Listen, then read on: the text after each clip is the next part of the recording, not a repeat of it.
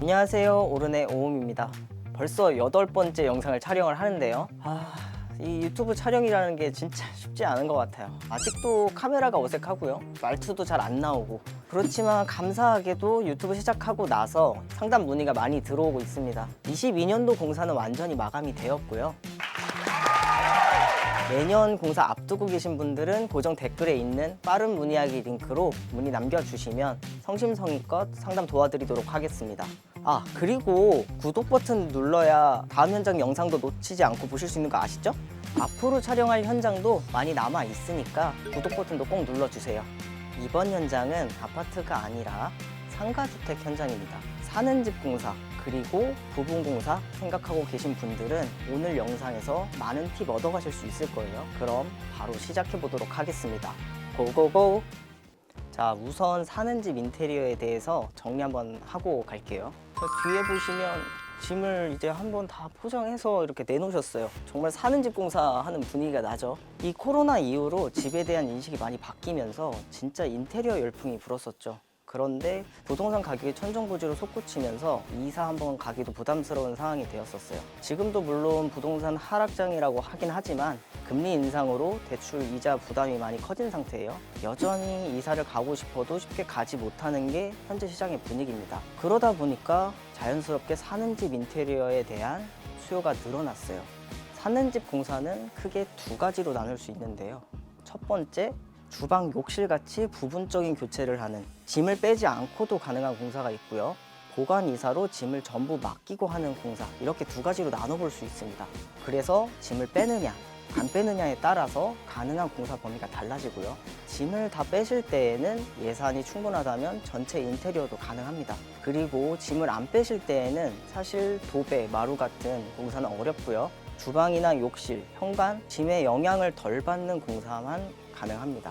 한샘에서는 사는 집에도 시공이 가능한 이노마루도 있고 하루 만에 시공 가능한 자녀방 패키지도 준비가 되어 있으니 같이 상담받아 보시면 정말 좋을 것 같습니다. 이번 현장 같은 경우엔 보관이사로 짐을 맡기고 인테리어를 진행을 하셨고요. 이 경우에는 아무래도 추가적인 비용이 더 들어갑니다. 바로 보관이사 비용인데요. 짐을 뺄 때 한 번, 짐을 다시 드릴 때 한 번, 총 2번의 이사 비용이 들어갑니다. 2번 이사한다고 해서 비용을 더 빼주거나 하진 않더라고요. 그리고 짐을 보관하는 보관 비용도 매일매일 추가가 되고요. 공사 기간 동안 거주하실 장소, 예를 들면 원룸, 호텔 비용이 추가가 됩니다. 하루하루 늘어날수록 비용이 불어나는 구조죠. 그래서 사는 집 공사에서는 공사가 지연되면 무조건 소비자가 손해라는 점 꼭 기억하시고요. 기간 내에 공사를 확실하게 끝낼 수 있는 업체를 찾는 것이 정말 중요합니다. 자, 이제 현장으로 직접 가서 소개를 해드리도록 하겠습니다. 이번 현장은 상가주택 3층과 4층으로 된 현장이었고요. 거실 2개와 주방 1개, 방 4개, 그리고 욕실 3개로 이루어진 약 55평 정도 되는 집이었습니다. 2007년도에 지어져서 15년 전의 인테리어를 그대로 유지하면서 생활을 하셨는데요. 고객님께서 딱 하나만 바라셨어요. 지긋지긋한 체리색 다 버리고 밝고 환하고 그리고 깔끔하고 심플하고 딱 이거 하나만 바라셨습니다. 자, 그런데 문제는 예산이었는데요. 사는 집 공사여서 보관이사 비용 그리고 임시 거주 비용이 들어갔고요.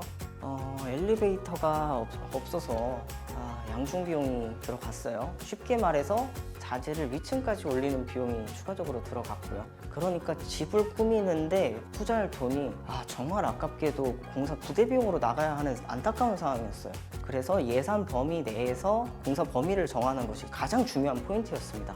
자, 공사 범위는 이렇게 정해졌습니다. 도배, 창호 필름, 도어, 천장 몰딩 교체를 해주었고요.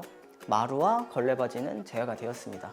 자, 이유는 이따 다시 설명드릴 예정이고요. 이렇게 톤을 맞춰진 후에 주방과 욕실 공사 그리고 붙박이장이 추가가 되었습니다. 저희가 3주 공사를 했고요. 고객님의 이사 일정에 맞추기 위해서 열심히 공사를 해서 차질 없게 내일 입주하게 되셨습니다. 총 공사 비용은 5천만 원이었고요. 자, 여기서 고객님께서 한샘을 선택하신 결정적인 이유는 바로 한샘에서는 카드 무이자 활부가 가능하다는 점입니다. 목돈 들어가는 인테리어 정말 큰 부담이잖아요. 200만 원 이상 결제를 하시면 현대카드는 24개월 무이자가 가능하고요. 삼성카드는 12개월 무이자 할부 혜택을 받으실 수 있습니다. 그리고 5만 원 이상 결제하실 때에도 최대 6개월까지 무이자 할부가 가능하기 때문에 가능한 카드사와 계열수는 담당 디자이너에게 문의하시면 되세요. 이런 꿀팁들 있는데 구독 버튼 누르신 거죠? 자, 앞으로도 꿀팁 많이 드릴 테니까 구독 꼭 부탁드립니다. 자, 이제 현장을 차근차근 살펴볼까요? 자, 현관부터 한번 살펴볼게요. 보시면 전체적으로 베이지 톤으로 통일을 시켜 주었습니다. 자, 현관장은 무드 베이지라는 깔끔한 무광 베이지 제품으로 들어갔고요. 자주 신으시는 신발은 이렇게 밑에 넣으실 수 있도록 행잉형 신발장으로 시공을 해드렸습니다. 그리고 바닥에는 커다란 600각 타일을 시공을 해주었는데요. 톤을 이렇게 하나로 맞춰줘서 깔끔하게 무광 베이지 톤으로 될 수 있도록 타일을 골랐습니다.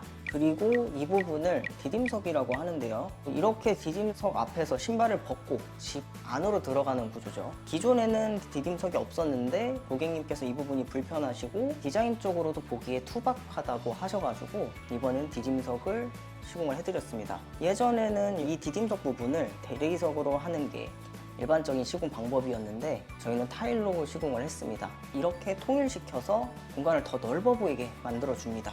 그리고 현관장 맞은편을 한번 보시면 월플러스 사하라라는 제품으로 이제 벽면에 포인트를 주었는데요. 언뜻 보면 대리석 같은 느낌을 받으실 수 있어요. 그런데 친환경 MDF로 만든 자재입니다. 보통 아트월에는 타일이나 대리석을 많이 사용을 하는데 그러면 시공하고 나서 양생하는 기간까지 보통 한 이틀 정도가 소요가 됩니다. 하지만 월플러스 같은 경우에는 하루면 시공이 가능하고요. 자, 이쪽으로 오시면 자, 중문이 있는데요. 현관문과 같은 연그레이 컬러로 통일을 시켜주었네요. 자, 이제 거실로 한번 들어가 볼까요? 자, 거실로 들어왔습니다. 고객님의 니즈가 무조건 밝고 환하고 깔끔하게였잖아요. 그래서 톤을 잡아주는 공정들, 도배, 창호 필름, 그리고 문틀 필름 작업을 화이트 톤으로 해주었고요. 천장 몰딩과 도어는 올드에서 교체를 해주었습니다. 그리고 마루는 예산 문제로 교체를 하지 못했는데요. 아무래도 2층 집이다 보니까 마루 전체 교체를 하려면 비용이 많이 들어갈 수밖에 없거든요. 여기서 부분 인테리어 꿀팁을 하나 알려드리면요. 부분 공사는 밸런스가 정말 생명입니다. 기존 요소와 교체 요소의 밸런스가 잘 맞춰져야 성공적인 미간 교체를 할 수 있는 건데요. 이번 현장 같은 경우엔 마루 색상과 밸런스가 굉장히 중요했어요. 밝은 톤의 마루가 아니었기 때문에 바탕색을 고를 때도 차갑고 새하얀 화이트가 아니고 따뜻한 느낌의 아이보리 계열을 추천드렸어야 됐어요. 도배지도 필름 색상도 모두 아이보리 계열이었고요. 가구도 화이트가 아니고 베이지로 추천을 드려서 기존 마루와 밸런스를 맞출 수 있도록 색감을 잡아드렸습니다. 어떠신가요? 기존 요소와 교체 요소의 밸런스가 잘 맞춰진 것 같나요? 그리고 우리가 톤을 바꿀 때에는 걸레바지에 필름 작업을 해주는 것도 일반적입니다. 그런데 이번 현장에서는 걸레바지는 부득이하게 건드릴 수가 없었어요. 왜냐하면 필름 작업을 하게 되면 필름 부분이 뜨지 않게 실리콘 처리를 해줘야 하는데 이 마루가 강화마루거든요. 강화마루는 수축 팽창을 하기 때문에 실리콘을 쏠 수가 없습니다. 나중에 다 갈라지거든요. 교체는 비용 문제로 어려웠고 대신 방에는 원래 걸레바지가 없었는데 마감을 해야 깔끔하기 때문에 서비스로 시공을 해드렸습니다. 이렇게 부분 공사할 때에는 집의 상황에 따라서 공사가 불가한 경우도 나오는데요. 담당 디자이너가 공사 범위에 대해서 자세히 가이드를 해드리고 있으니 잘 듣고 선택하시면 되세요. 다음으로 깔끔한 베이지 톤으로 변신한 주방으로 한번 가보겠습니다.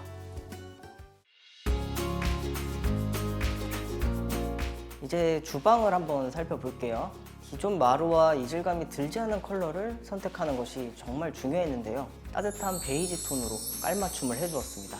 도어는 무드 베이지라는 제품이 선택이 되었고요. 상판은 슈가 베이지, 그리고 키친 판넬은 샌드스톤 화이트라는 제품이 선택이 되었습니다. 사실상 이 제품도 베이지죠. 그리고 주방 구조를 보면 기역자 구조를 유지를 하되 기존에는 거실에서 봤을 때 이쪽에 키 큰 장, 냉장고 이렇게 설치가 돼 있어서 시야가 굉장히 답답했어요.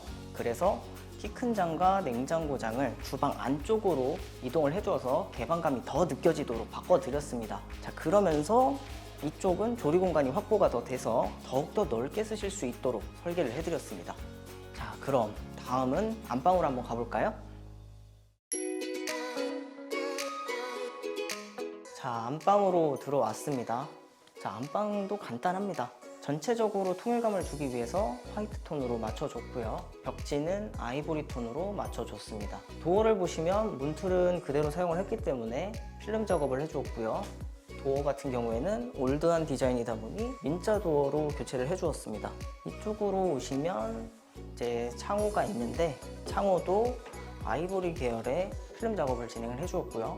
근데 넌 계속 여기 있었던 거니? 정말 사는 집 공사를 한 게 많이 티가 나죠. 이쪽으로 들어오시면 욕실 앞에서 편히 쓰실 수 있게 화장대를 시공을 해드렸고요. 빌트인 플러스라는 제품이 시공이 되었습니다. 마찬가지로 화이트 제품으로 깔맞춤을 해주었습니다. 자, 그럼 안방 욕실도 한번 들어가 볼까요? 역시 주택에 있는 욕실이라서 아파트에 있는 욕실이랑은 구조가 조금 다르죠. 이쪽에는 양변기가 있고 그리고 세면대와 이쪽에는 샤워기가 있는 형태로 되어 있는데요. 모두 휴플로어, 휴판넬로 되어 있는 한센바스로 선택을 하셨고요. 한센바스로 선택하신 결정적인 이유는 바로 1일 시공이 가능하다는 점입니다. 앞서 말씀드렸던 것처럼 이번 현장은 공사 기간도 촉박했고 예산도 타이트했어요. 타일 시공을 하면 적어도 이틀 정도가 소요가 되는데 한센바스는 1일 시공이 가능하기 때문에 공사 기간도 여유롭게 맞출 수가 있었고요. 무엇보다 살면서 공사할 수가 있었습니다. 필요한 욕실만 먼저 시공을 하고 나머지 욕실은 나중에 여유되실 때 시공하시면 되니까 이게 고객님께 아주 큰 메리트로 다가왔던 거죠. 한센바스는 이렇게 1일 시공이 가능하기 때문에 비슷한 고민을 하고 계신 분들은 꼭 상담 받아보시면 좋을 것 같습니다. 오늘은 상가주택 현장에서 사는 집 공사와 부분 인테리어 팁에 대해서 설명을 드렸습니다. 긴 시간 저와 함께 하셨는데 도움 많이 되셨나요? 다음 영상에서는 부분 인테리어에 대해서 더 심도 있게 파보려고 하는데요. 여러 가지 시공 사례와 팁을 정리해서 보도록 하겠습니다. 다음 영상도 기대가 되신다면 좋아요와 구독, 알림 설정까지 꼭 부탁드립니다. 여기까지 언제나 옳은 인테리어 한샘 오른의 최호열이었습니다. 감사합니다. 아, 뒤에 뒷장까지? 디딤석이라고 다시 카메라 보는 게 많은 거죠? 맞아요. 자, 안방으로 들어가 보겠습니다. 빨라요? 네, 아예 완전